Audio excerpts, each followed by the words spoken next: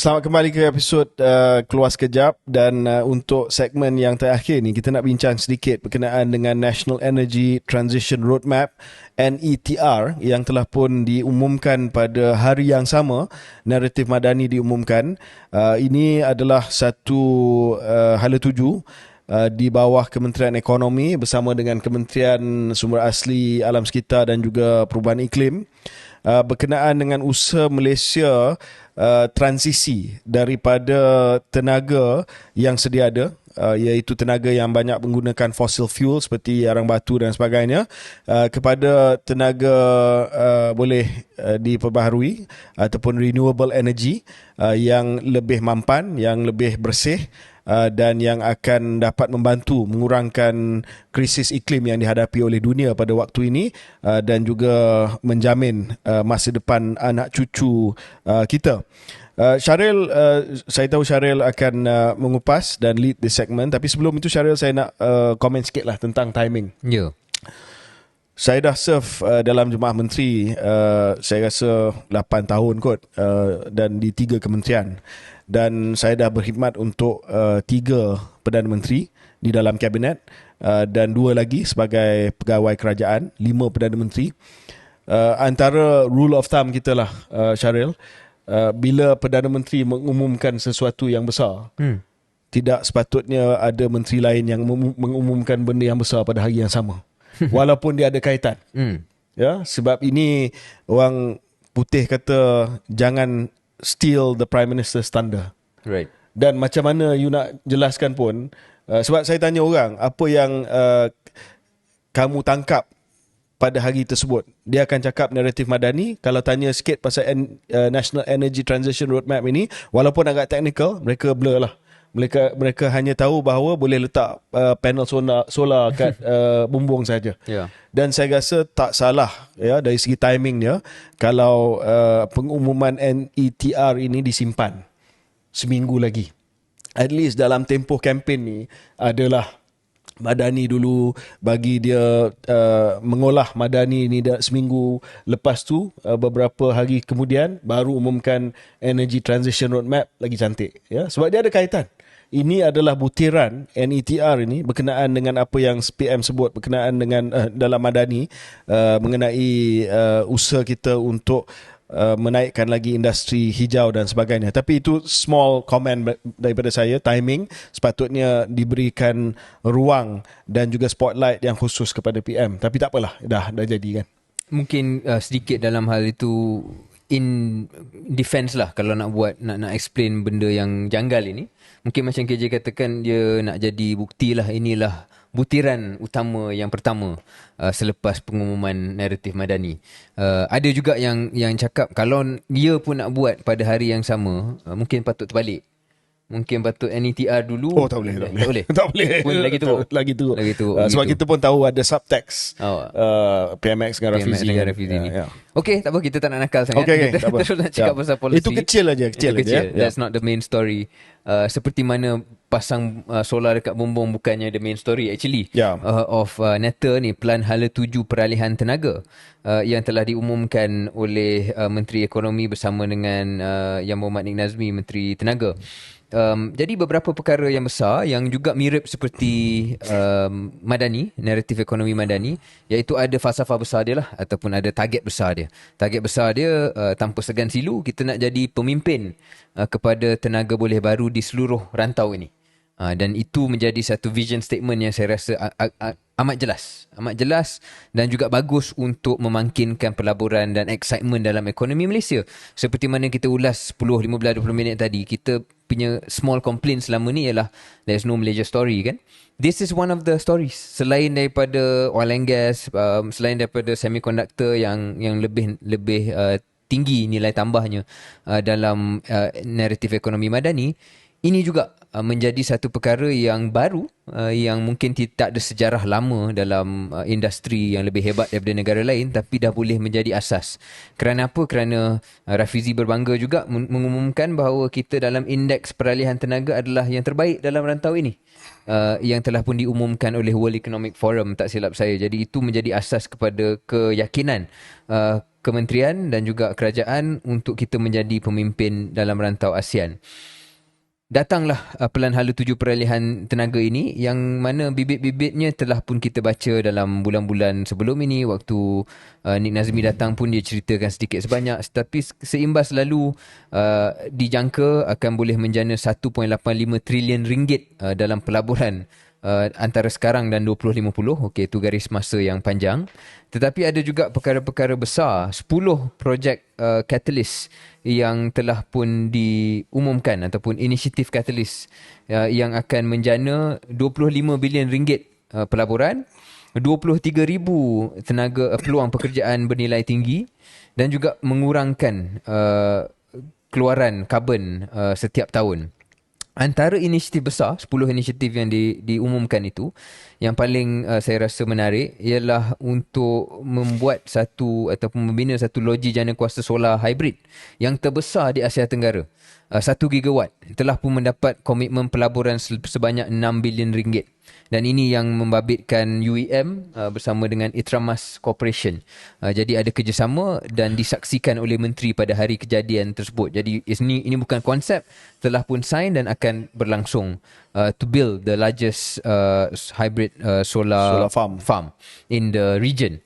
Ini antara projek besar selain daripada perkara yang kita baca, perkara yang lebih boleh mendapat perhatian rakyat. Bukanlah projek besar seperti ini, tetapi inisiatif yang bermain di media sosial, iaitu pemasangan solar di bumbung rumah, yang mana boleh disewakan bumbung rumah itu kepada syarikat dan pemilik rumah boleh dapat income untuk kurangkan beban kos sara hidup. Itu menjadi highlight. Saya fikir walaupun itu bukan pelaburan paling besar, bukan cerita yang paling besar, bukan yang akan membuat kita pemimpin solar pada rantau, tetapi yang bagusnya ialah sekurang-kurangnya seperti naratif ekonomi madani, selain daripada projek besar makro yang orang teknik, yang terlalu teknikal, yang mungkin orang tak boleh hadam, ada juga inisiatif-inisiatif yang mesra rakyat lah yang telah pun diumumkan, yang boleh juga menjadi sebahagian daripada Pelan Hala Tuju Peralihan Tenaga ini. Semua perkara ini KJ, saya cuma nak komen beberapa perkara ataupun isu yang saya fikir positif lah, yang perlu di-highlight juga. You got 10 catalytic projects, you got all these billions of investments dan sebagainya. Yang saya tertarik dan bagus, ada kesepaduan membabitkan entiti kerajaan ataupun entiti nasional, GLICS dan sebagainya lah. Misalnya Khazanah dan UEM untuk loji jana kuasa solar. So that's clear, itu you punya role, Khazanah, UEM. Petronas dia minta buat biorefinery di Johor. TNB akan membangunkan taman-taman solar. Sime Darby Property, Sime Darby ni ialah is mostly owned by EPF, Co-op dan sebagainya kan.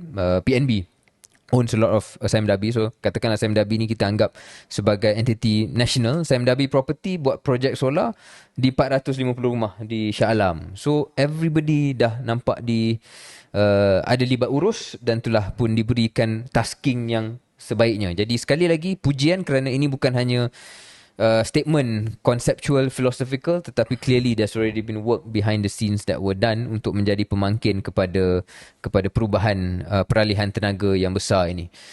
Akhir kata KJ dalam mukadimah ini, ia amat-amat penting. Sekali lagi, kali ketiga kita sebut dalam episod ni, the comms. The comms of Madani, the comms of Netta ni perlu sangat-sangat tepat. Dan pada jam-jam pertama pun sudah ada pertikaian solar ni. Contohnya, siapa yang akan bayar? Mula-mula orang ingat kita kena bayar RM20,000, RM30,000 untuk pasang. Kemudian Rafizi terpaksa datang menceritakan, no, bukan itu yang kita maksudkan. Kita maksudkan adalah syarikat yang akan pasangkan for you. Dia yang akan tanggung kos, you just dapat income. Akan ada soalan-soalan lagi lepas ni. Adakah rumah sedia ada boleh buat? Macam mana saya nak apply untuk skim ini? Siapa yang boleh buat? Siapa yang tak boleh buat? Benda-benda ni kena laju jawab lah. Kalau tidak, dia the narrative is lost dan potensi kedua-dua dokumen hebat ini, Madani dan juga Netta ni, tidak mencapai potensinya. Ya, Hala Tuju ni kemas. Itu saya punya satu perkataan, kemas. Dan ini yang Rafizi yang saya kenal lah. Kawan saya, ya, ramai yang ejek dia kata dia raja formula dan sebagainya.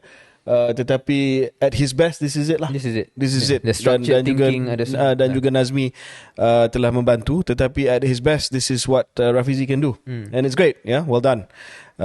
Dan saya tak banyak nak tambah, cuma sedikit lah saya nak sebut berkenaan dengan flagship Catalyst Initiative ini.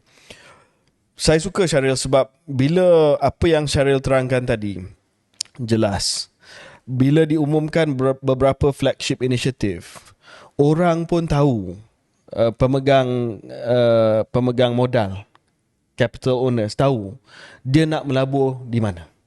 Ini yang menjadi pertikaian selama 8 bulan. Dia tak tahu dia nak invest di mana. Sebab tak ada hala tuju yang jelas.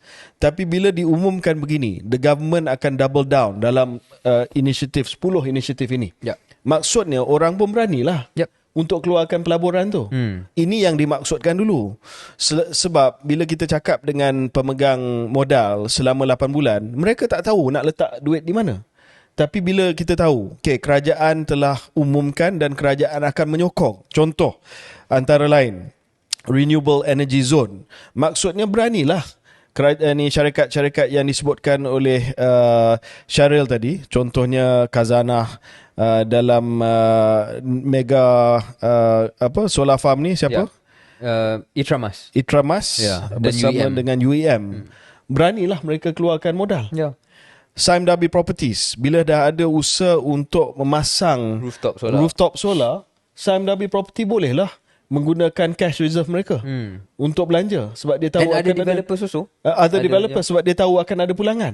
Tapi selama ni bila tak ada dan ada masalah macam Syaril sebutkan tadi, whether the grid can take it or not, tapi disebut bahawa they will address that. Correct, dan dia beranilah untuk keluarkan duit. Kalau tak, dia risau dia pasang solar tak boleh masuk ke dalam grid sebab grid tak boleh ambil kapasiti tersebut, dan dia rugi. So now, not only are your Sime Props, not only are your UEMs, not only are your Khazanah going to invest, tetapi kita akan melihat juga semua syarikat-syarikat yang mengendalikan perkhidmatan kejuruteraan untuk solar ni juga akan dapat peluang. Because you need your solar EPCC contractors as well. Dan ini akan menjana pendapatan. Inilah ekonomi.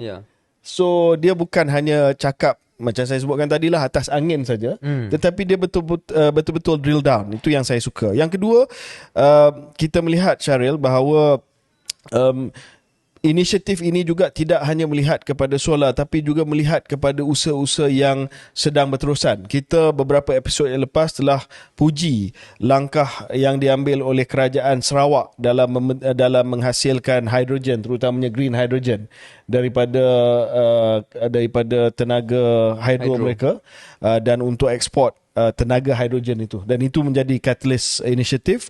Dia ambil apa yang dah ada. Dia tak perlu reinvent the wheel. Dia humble enough to include kejayaan daripada kerajaan negeri sebagai satu national project.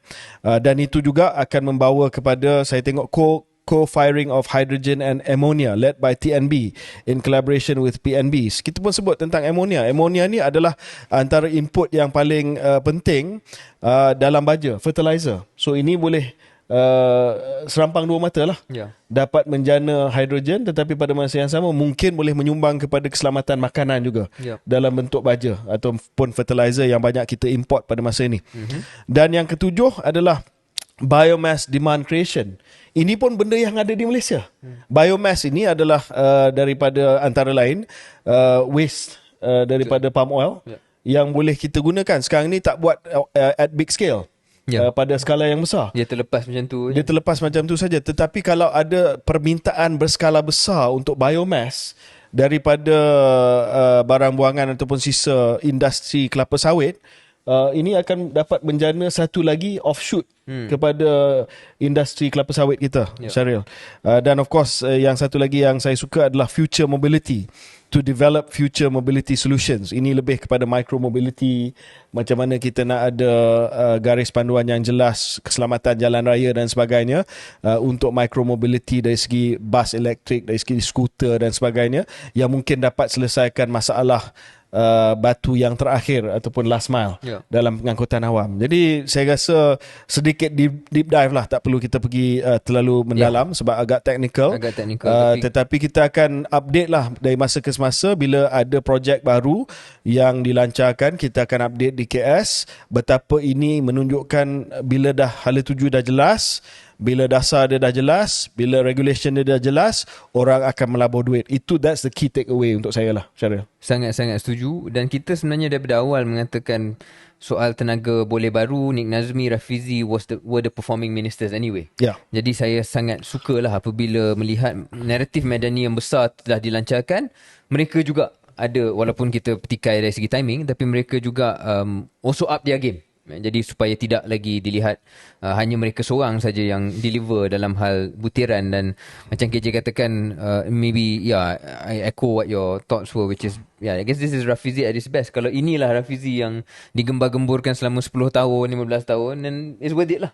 This is what we want to see. The formula stuff, the politics stuff tu masing-masing boleh fikir sendiri. Tetapi kita perlukan lebih banyak pembuat dasar yang macam ni. KJ gariskan, saya gariskan bagaimana ada sasaran makro, ada projek-projek membawa kepada sasaran makro itu, dan boleh melihat bagaimana ia membantu sektor-sektor lain, circular economy dan sebagainya. Perkara-perkara inilah yang kita hendak daripada semua pembuat dasar kita dan semua menteri-menteri kita. Jadi yang benda yang baik ni memang kita excited to puji. KJ, I think good enough for this episode.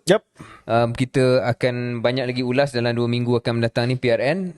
Dan kita juga tertanya KJ, bagaimana 2 dokumen dan pengumuman ini, adakah yang memberi kesan atau tidak kepada pilihan raya negeri? Kita hanya boleh tengok keputusannya nanti. Jadi jumpa lagi nanti dalam episod terkini Keluar Sekejap.